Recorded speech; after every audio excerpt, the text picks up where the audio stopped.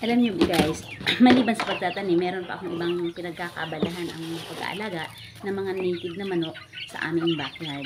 Ito po yung mga native ko na kung mapapansin yung lahat ng mga itim yan dahil yan po ay may lahi na po ng Rhode Island.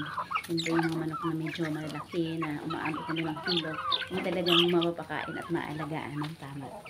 Iisa lang po yung aking Rhode Island. Kaso ay lalaki, tapos mga native lang po yung inahin yan. Sila na lang po ang naglilimlim dahil wala naman akong incubator para paramihin yung mga alaga ng Rhode Island.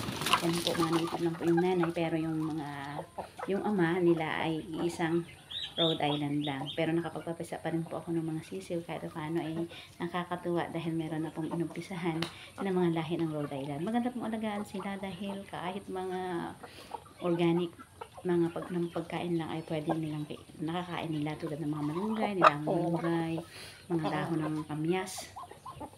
Hinahagis ko lang po yan dyan. Tapos nila yan ng hapon. Tapos nilalagyan ko ng sari-sari, mga yamas ng nyog, at iba pang mga alusima ng mga halaman din na nakikita ko sa paligid. Ang dahon din po ng mulberry ay pinupuro ko yan at iitsa ko sa kanila ay inuubos din po nila yan. Mga papaya na nalalaglag lang dito sa palibot ng bahay. Isa rin po sa mga pagkain. Ibinibigay ko sa aking mga alaga. Kaya po matataba, malusog.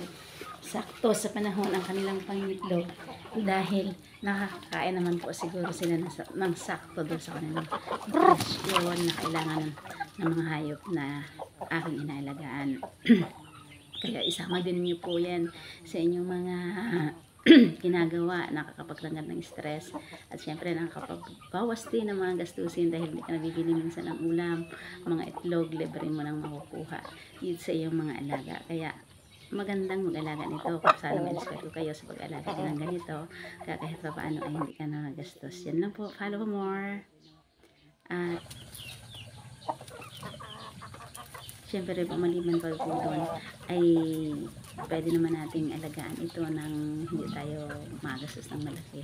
Kaya sabi ko nga, yung mga dahon po ng mga kamyas, so, kahit tinahagis ko lang yan sa kanila o kinakain po yan ng mga manok. Kahit yung mga gabi ng katawan ng gabi, igayat-gayatin nyo lang po yan.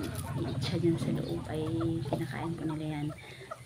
Matutusik-tusik na lang kahit mangga na nalagalaglag dito sa Oriental Mindoro ay ang mga pagtagmangga. Talaga yung mga Indian mango ay nangangalat lang. Yan po, ibinibi ako at inihagis ko dyan sa mga manok na yan. Kaya po ay masisigla po yung manok dahil sari-sari din yung nakakain nila kahit sila ay nakakulong. Yan po ay nakakulong lang sa mga net na ganyan. Okay. Kaya po ay meron yung gayahin. Inspire po kayo.